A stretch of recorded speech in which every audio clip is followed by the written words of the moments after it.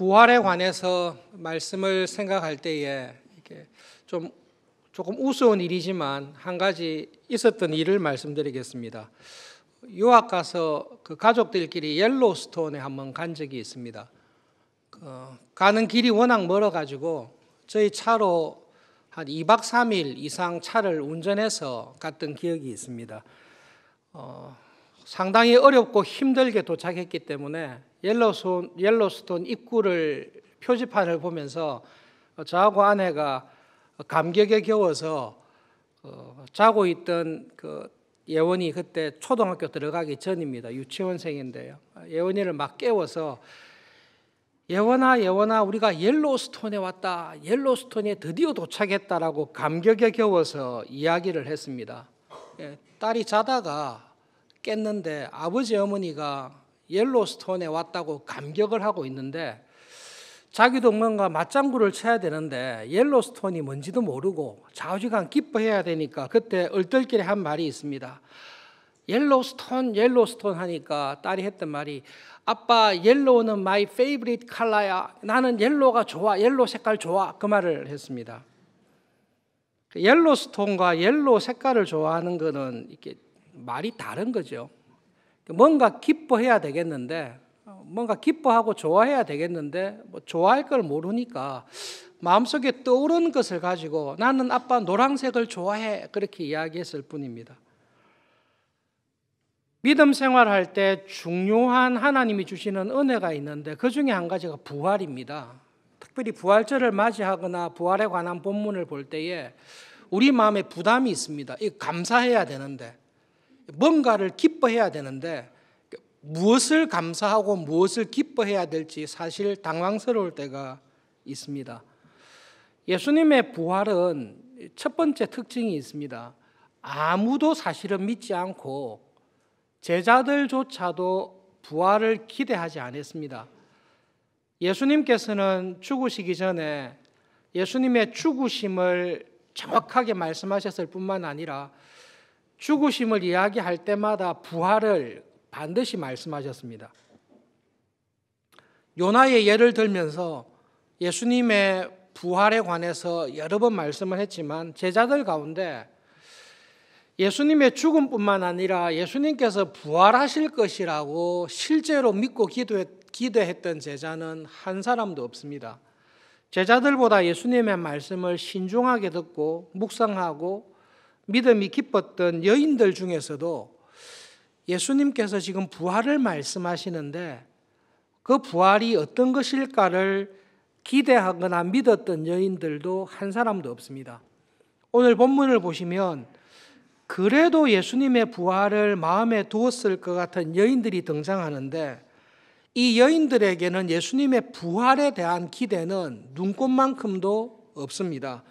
여인들의 모든 생각은 너무 갑작스럽게 무덤에 넣었기 때문에 그 죽은 시체에 향품을 못 발랐는데 향품이라도 발라드리자 그것이 경건한 믿음의 여인들이 가지고 있었던 생각입니다. 여러분 부활은 기적입니다. 근데 기적을 생각하실 때 우리들이 신앙생활할 때 하나님께서 나에게 찾아오셔서 기적을 일으켜 주시면 내가 기적을 경험하면 믿음이 생길 것 같다. 내가 기적을 경험하면 나의 신앙이 좋아질 것 같다라고 우리가 생각을 합니다. 그런데 여러분 기적은 경험하더라도 믿음이 저절로 생기는 일은 절대로 없습니다. 무덤을 지키고 있었던 로마의 군인들은 며칠 전에 예수님을 처형한 것을 직접 본 군인들입니다. 그리고 그 군인들은 천사가 등장해서 무덤의 문이 열리고 예수님의 시체가 없어져서 부활한 것을 직접 보았던 군인들입니다. 그 군인들이 그 기적을 보고 예수님을 믿었다라는 기록은 없습니다. 예수님의 부활을 가장 믿을 만한 사람은 대제사장들입니다. 예수님의 시체를 제자들이 훔쳐간 것이 아니라 지진과 함께 천사의 등장과 로마의 군인들이 공포 가운데 있었던 그 일들을 대제사장들에게 직접 고백하고 보고했습니다. 그 예수님의 기적적인 부활의 사건을 대제사장들은 직접 들었지만 그들은 예수님의 부활을 결코 믿지 않았습니다. 여러분, 기적이 일어나면 나의 믿음이 생길 거라고 생각하는데 기적을 아무리 경험해도 하나님께서 믿는 믿음을 주지 아니하시면 기적을 통해 믿음이 자라거나 믿음이 생기는 법은 없습니다. 누가복음 24장에 보시면 엠마오로 가던 두 제자가 있습니다. 부활하신 예수님께서 두 제자를 만났습니다. 오랜 시간 동안 대화를 나누었습니다. 집에 들어가서 그들과 함께 식사하기 위해서 앉았습니다. 그 부활하신 예수님을 보고도 글로바와 예수님의 신실한 제자는 예수님이 부활하셔서 자기들 앞에 있을 거라고는 생각하지 않고 기대하지도 않습니다. 부활하신 예수님을 보고도 믿지를 못하는 것이 우리의 본성입니다. 언제 글로바의 믿음 속에, 마음 속에 예수님이 부활했다라는 것을 믿는고 하면 말씀을 통해서, 그 말씀을 통해 그들의 마음속에 믿음이 생긴 것입니다. 예수님께서 구약의 성경들을, 모세의 글부터 시편의 글들을 인용하면서 하나님이 보내신 메시아의 사역과 메시아의 죽음과 메시아의 부활에 관해서 말씀을 풀어주실 때에 그들이 하나님의 말씀을 듣는 가운데 성령님의 은혜로 그들의 마음에 뜨거움이 일어나면서 그렇구나, 하나님이 준비하신 메시아는 우리의 죄를 위하여 죽으셔야 되고 그 메시아는 부활하신다라고 약속하셨구나라는 하나님의 말씀을 믿는 믿음이 딱 들어왔을 때 그들의 눈이 열려서 아, 이분이 부활하신 예수님이구나라는 것을 그때야 알게 되었습니다. 여러분, 기적이 믿음을 만드는 게 아니라 믿음이 기적을 바라게 하는 것입니다. 제자들의 눈이 떠여서 예, 예수님 부활하셨네요 라고 부활하신 주님을 볼 때에 예수님은 사라지고 없습니다. 왜냐하면 성령님께서 주시는 믿음을 가지고 사는 사람은 그것이 눈에 보이든 보이지 않든 하나님께서 주신 믿음이 있는 사람은 믿음으로 흔들리지 않고 살아가는 것입니다. 도마에게 너는 나를 본고로 믿느냐? 보지 못하고 믿는 사람들이 앞으로 있을 텐데 보지 못하고 믿는 사람들은 성령님께서 주시는 믿음으로 인해서 예수님의 부활을 믿습니다. 그것을 사실로 믿고 살아가는 사람들이 있는데 그들이 더 복되다라고 도마에게 말씀하십니다. 예수님께서 도마에게 보지 못하고도 믿는 자들이 복되다라고 했는데 그 보지 못하고 믿는 자들 가운데 우리들이 들어가 있습니다. 여러분, 우리가 예수님의 부활뿐만 아니라 기적을 생각하실 때 기적 신앙은 조심하셔야 됩니다. 기적이 일어나는 것으로 인하여 나의 믿음이 좋아질 거라고 하는 것은 기적 신앙은 조심하셔야 됩니다. 기적이 믿음을 결코 일으키지 못합니다. 믿음으로 살아가는 자에게 하나님께서 그 믿음에 합당한 기적을 주십니다. 믿음과 말씀을 근거로 살아가시면서 하나님의 말씀과 하나님의 약속하신 것을 볼 때에 메시아는 반드시 죽을 뿐만 아니라 부활하겠다라는 믿음을 가지고 있는 자에게 예수님의 부활이 은혜로 다가옵니다.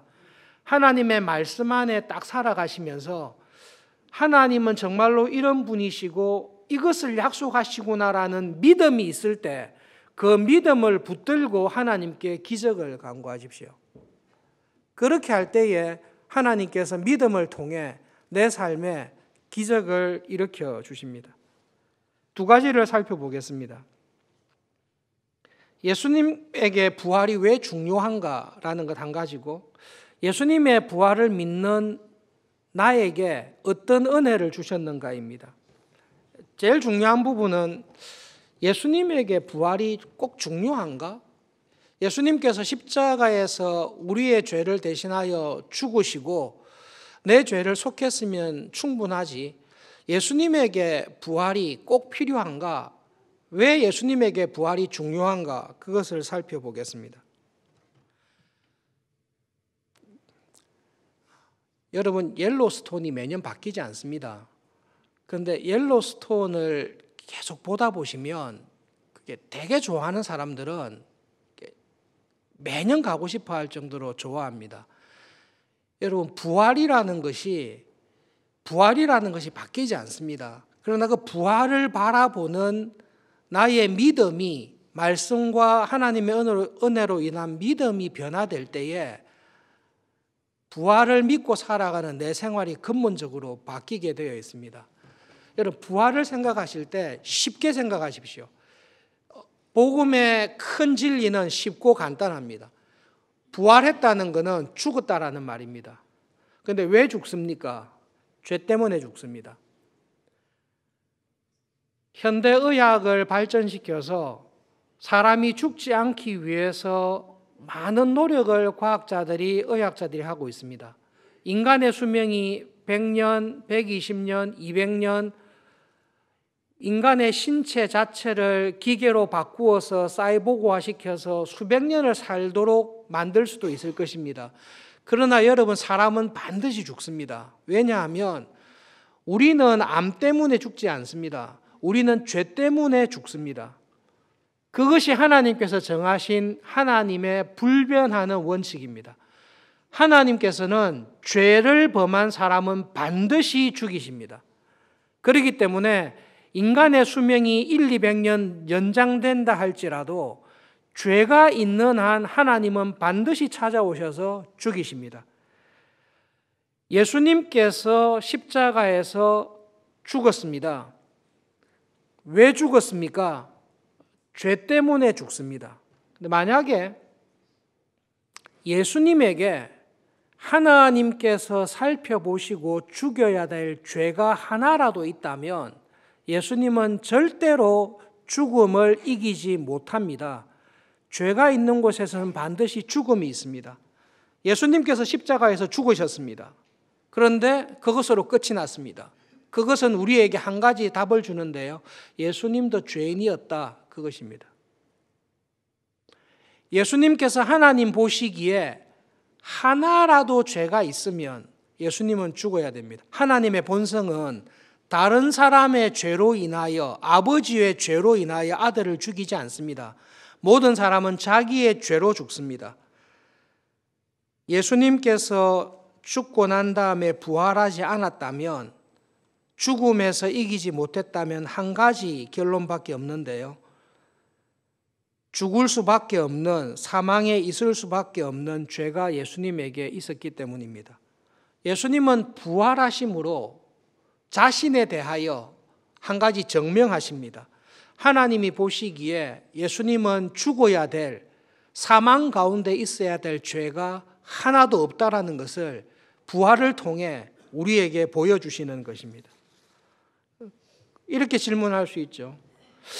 예수님께서 죄가 없다는 것은 그럼 믿는다. 죄가 없으니까 부활하셨겠지. 그러면 죄 없는 사람이 왜 죽었나? 그 질문입니다. 예수님은 자기의 죄로 죽으신 것이 아니라 내가 지었던 모든 죄를, 내가 과거에 지었던 죄, 지금 짓고 있는 죄, 이 세상을 살면서 앞으로 내가 지을 모든 죄를 하나님께서는 예수님에게 다 옮기시고 내가 지은 모든 죄를 예수님이 다 담당하시고 십자가에서 죽으셨습니다. 내 죄뿐만 아니라 우리 가족, 우리 모두의 죄를 예수님에게 다 돌려서 그 죄로 인하여 죽었습니다. 만약에 예수님께서 십자가에서 내 죄를 대신하여 죽으셨는데 내 죄 가운데 예수님의 죽음으로 하나라도 해결하지 못한 죄가 있으면 예수님은 부활할 수 없습니다. 왜냐하면 해결해야 될 죄가 예수님에게 여전히 있기 때문입니다. 예수님께서 부활하셨다라는 말씀은 두 가지 의미가 있습니다. 하나님께서 보시기에 예수님은 죄가 하나도 없습니다. 죽음 가운데 놔둘 죄가 하나도 없습니다. 또 한 가지, 하나님께서 내가 지었던 모든 죄를 예수님에게 다 돌렸는데 예수님이 십자가의 죽음으로 인하여 해결하지 못한 죄가 하나도 없다라는 것을 예수님의 부활을 통해서 우리에게 말씀해 주고 있습니다. 우리가 부활하신 예수님을 기뻐하는 이유는 거기에 있습니다. 예수님께서 부활하셨습니다. 그것이 나에게 어떤 의미가 있습니까? 내가 지은 모든 죄를 하나님께서는 예수님에게 다 돌리시고 예수님은 나의 모든 죄를 사하시고 대신 죽어주셨는데 이제 하나님께서 나를 보실 때에 하나님께서 나를 죽일 만한 죄가 하나도 없이 예수님께서 다 해결하셨다라는 말씀입니다. 로마서 8장 1절에 이렇게 말씀합니다. 그러므로 이제 그리스도 예수 안에 있는 자에게는 결코 정죄함이 없습니다. 예수 그리스도 안에 있는 생명의 법이 죄와 사망의 법에서 너를 해방하였습니다. 이전에는 죄 가운데 있었습니다. 죄가 있는 곳에 사망이 있습니다. 항상 하나님 앞에 죄인으로 죽을 수밖에 없는 자리에 서 있었습니다. 그런데 예수님께서 나의 모든 죄를 담당하시고 내 죄를 대신하여 죽으셨을 뿐만 아니라 그 모든 죄를 다 해결하시고 부활하셔서 내 죄가 해결되었다라고 말씀하십니다. 그 부활하신 예수 그리스도 안에 있는 나에게는 하나님께서 눈을 뜨고 찾아도 하나님께서 정죄할 만한 죄가 나에게 하나도 없습니다. 그러므로 예수님께서 부활하신 것은 예수님에게뿐만 아니라 우리에게 큰 은혜가 됩니다. 예수님이 부활 안 하셨으면 예수님도 죄인이었구나. 자기 죄로 여전히 사망 가운데 있구나. 예수님께서 죽었는데 부활 못한 것은 내 죄가 아직까지 남아있구나. 고린도전서 15장 말씀하신 대로 부활이 없으면 우리의 구원도 죄 사함도 믿음도 다 헛것이 됩니다. 그러나 예수님의 부활은 나의 죄를 완전히 해결하신 것을 증명하시고 내가 더 이상 사망 가운데 죽음 가운데 잡혀있지 않다는 것입니다. 예수님은 부활하심으로 마지막 원수인 사망을 죽음을 정복하셨다는 것을 말씀하고 계십니다. 예수님께서 부활하셔서 이 부활을 믿고 살아가는 나에게 주신 은혜가 있습니다. 로마서 6장에 부활하신 예수님을 믿는 우리들에게 나에게 주신 은혜를 로마서 6장에서 설명하고 있습니다. 함께 찾아와서 교독하겠습니다. 로마서 6장 8절부터 14절까지 한 절씩 교독하겠습니다. 로마서 6장 8절부터 14절입니다. 만일 우리가 그리스도와 함께 죽었으면 또한 그와 함께 살 줄을 믿노니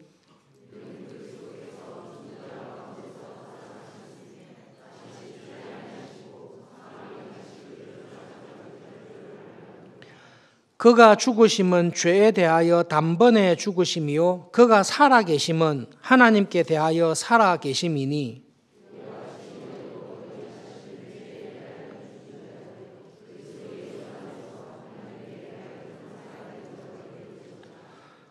그러므로 너희는 죄가 너희 죽을 몸을 지배하지 못하게 하여 몸의 사욕에 순종하지 말고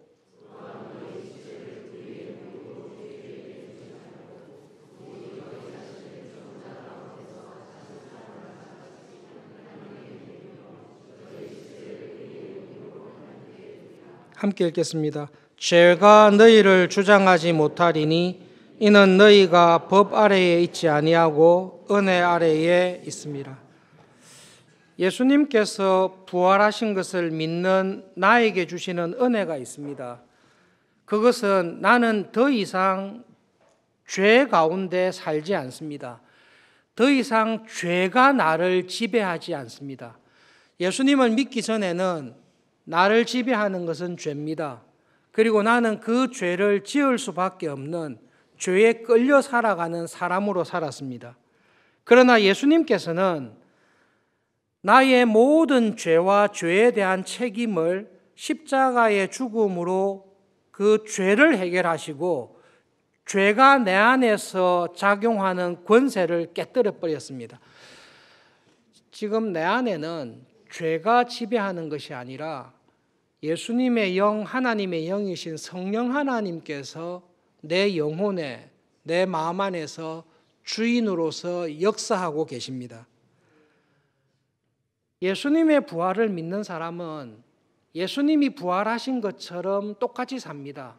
예수님의 부활을 보니까 죄에 대해서는 한 번 영원토록 한 번 완전히 죽으심으로 더 이상 죄가 나를 지배하지 못하는 죄와의 관계를 끝내버렸습니다.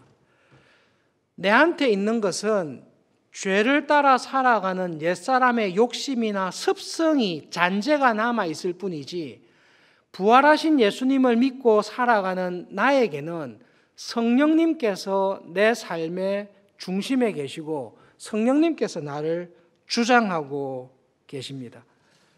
이전에는 죄에 끌려다니면서 살았습니다. 지금은 새로운 피조물로 하나님의 뜻을 이루며 살아가는 하나님의 자녀로 살아가는 은혜를 내가 지금 누리고 있습니다. 성경 공부를 할 때에 또 옛날 어르신들 가운데 어려운 가운데 있는 교인들이 간혹 이렇게 말할 때가 있습니다. 이 괴로운 세상 빨리 죽어서 천국에 가면 좋겠다. 그렇게 이야기할 때가 있습니다. 너무 사는 게 믿음으로 사는 게 힘드니까 빨리 죽어서 천국에 가면 좋겠다라고 이야기할 때가 있습니다. 하나님께서 우리에게 주신 구원에 관해서 심각하게 결핍을 가지고 있는 교인이 하는 말입니다. 처음 예수님을 믿을 때는 예수님 믿어서 빨리 천당 가야지 그렇게 할 수 있을 것입니다. 그러나 하나님이 주신 구원의 은혜가 무엇인지 예수님의 부활을 통해 하나님의 자녀가 나에게 준 하나님의 자녀가 된 나에게 주신 구원의 비밀과 은혜가 무엇인지를 아는 사람은 빨리 죽어서 천당 가야지라는 말을 더 이상 하지 않습니다. 여러분, 구원은 예수님을 믿어서 천당 가는 게 구원이 아닙니다. 성경에서 예수님을 믿어서 천당 가는 게 구원이라고 말한 적은 한 번도 없습니다. 우리가 죽어서 천당 가는 것은 내가 구원받은 결과 가는 것입니다.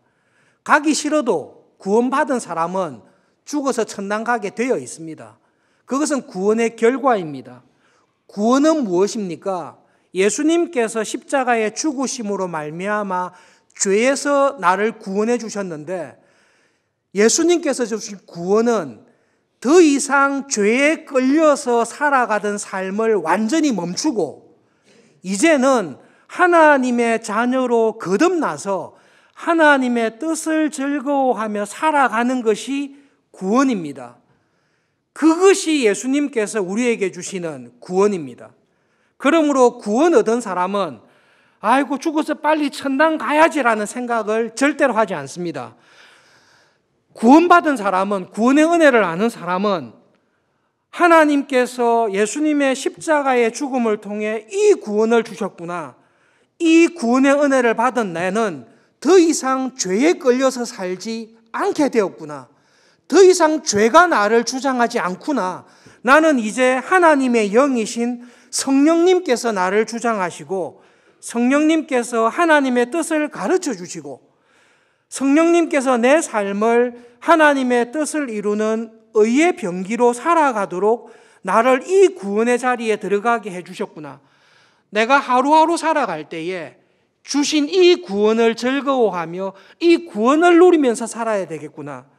그것이 구원의 은혜를, 부활의 은혜를 아는 신자가 살아가는 삶입니다.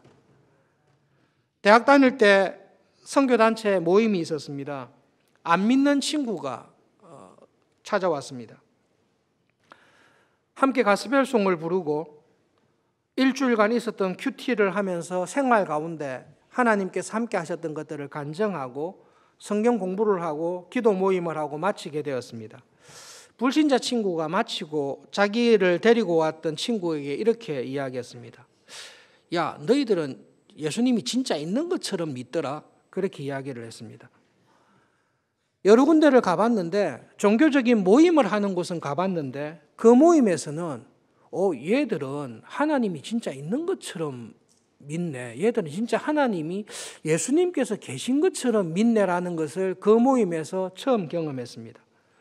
하나님의 은혜로 그 형제는 나중에 믿음 생활을 하고 신앙 생활을 잘 하게 되었습니다. 구원의 은혜, 부활하신 예수님을 믿는 신자 속에는 죄 짓는 일을 멈추고 내 안에서 역사하시는 성령님과 함께 동행하는 하나님의 자녀로 살아가는 삶이 시작되어 있습니다. 예수님은 빛이십니다. 빛은 숨길 수가 없습니다. 여러분, 깜깜한 곳에 빛이 비치면 그것은 빛은 드러날 수밖에 없습니다. 성경 공부할 때에 또 교인들과 이야기할 때에 간혹 이런 이야기를 듣습니다. 오해하지 마십시오. 정죄하는 말 절대 아닙니다. 이 말 하신 분 오해하지 마세요. 정죄하는 말 절대 아닙니다. 목사님, 제가 우리 직장에서 3년, 5년 지내지만 우리 직장 사람들은 내가 교회 다니는 것, 예수 믿는 것 아무도 몰라요. 아무도 몰라요. 내가 교회 다니는 걸 우리 서로 몰라요. 그렇게 이야기할 수 있습니다. 어두운 가운데 빛을 두었습니다. 어두운 가운데 빛을 두었는데 아무도 그 빛을 보지 못합니다. 기적입니다. 이 놀라운 기적입니다. 하루 이틀 둔 게 아니라 1년, 5년, 10년을 뒀는데 주위에 있는 어두운 사람들이 저기에 빛이 있구나라는 것을 전혀 모릅니다. 대학에 들어와서 한 친구들하고 3년, 4년, 5년 대학 생활을 지냈는데 졸업할 때 돼서 친구들이 어느 교회 다니는 애였나?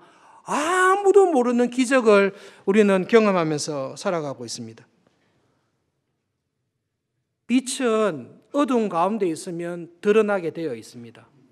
부활하신 주님을 믿고 살아가는 사람은 그 부활하신 주님이 내 안에 지배하고 있었던 죄의 세력을 꺾어 없애셨을 뿐만 아니라 그 부활하신 주님이 내 안에 살아계셔서 그 주님과 함께 동행하며 주님의 빛 가운데 살아가는 삶을 경험하면서 살아가는 것이 부활의 은혜를 누리고 있는 신자의 삶입니다.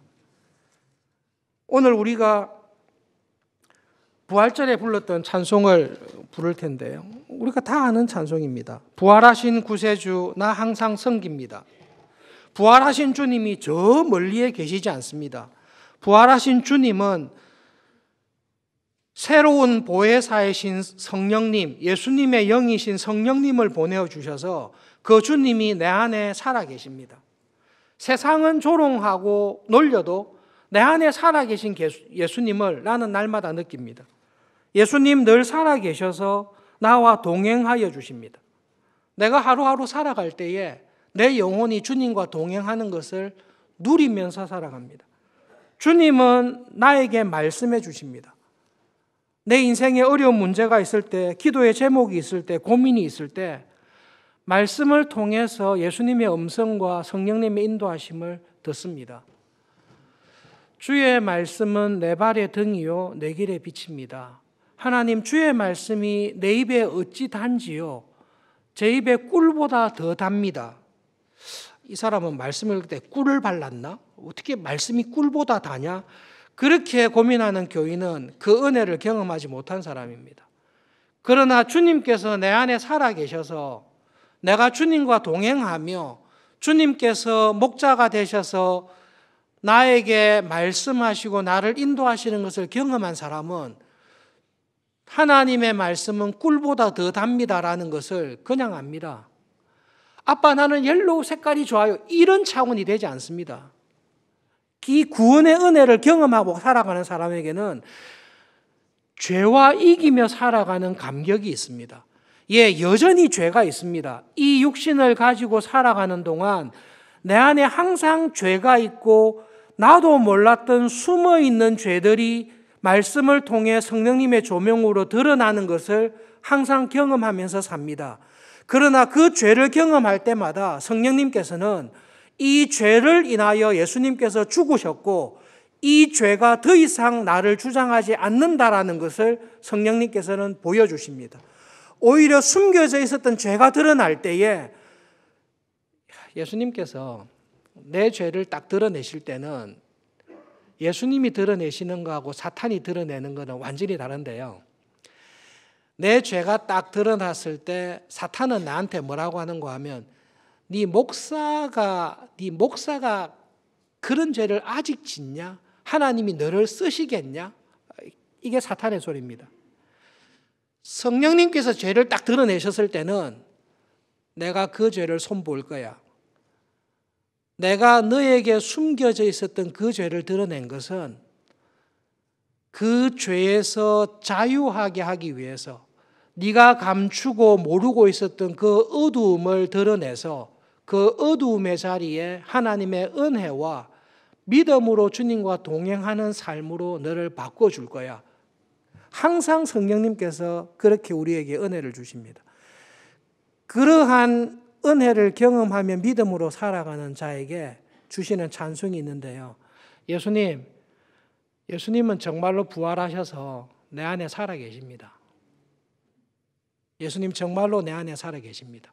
그래서 내 주위에 있는 사람이 나를 볼 때에 저 사람은 예수님과 함께 동행하며 내 안에 있는 죄와 우리 사회와 나라에 들어와 있는 부도덕한 죄와 교회에 들어와 있는 죄와 싸우면서 살아가는 은혜를 주십니다.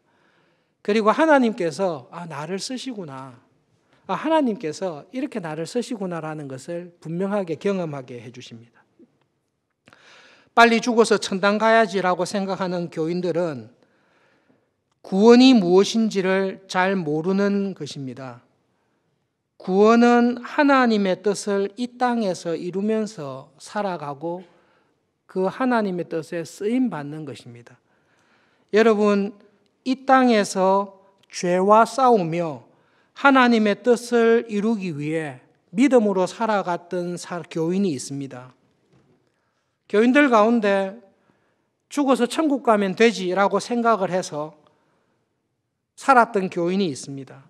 하나님의 나라에 갔을 때 하나님의 나라에서 나의 삶이 어떠할지는 이 땅에서 내가 어떻게 살았는지에 따라서 하나님께서 상급을 나누어 주십니다.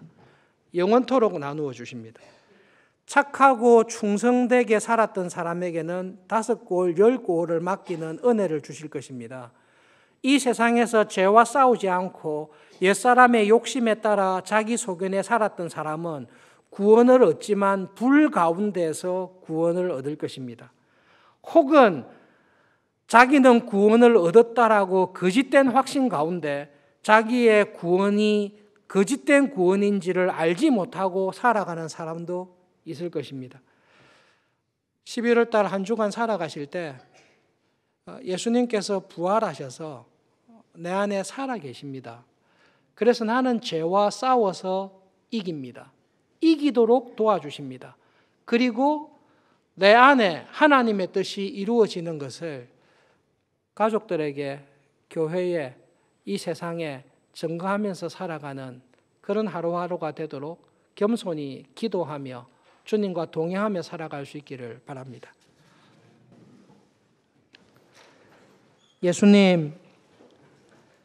예수님께서 부활하셔서 하나님 보시기에 아무런 죄가 없었다라는 것을 증거하셨을 뿐만 아니라 예수님께서 짊어지셨던 나의 모든 죄가 하나도 남김없이 예수님의 십자가의 죽음으로 완전히 해결됐다라는 것을 바라보며 감사하며 살아가도록 은혜를 주시옵소서.